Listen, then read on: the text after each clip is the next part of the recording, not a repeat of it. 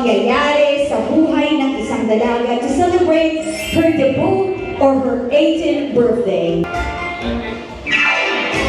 Ladies and gentlemen, let us give a big round of applause for Miss Arlene Castro! Fresh from Kuwait! Ladies and gentlemen, Kyla, kung may isang tao man na sobrang saya sa araw na ito,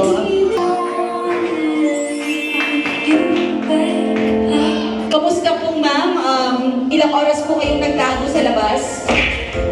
Mga duwa lang naman. Mga 2 hours siya, nahulaan ka na, alright. So, kamusta, Kyla? Grateful pa rin ba ang word na nag-describe sa feelings mo ngayon? Surprise. Surprise! Palakpakan naman natin. Thank you very much.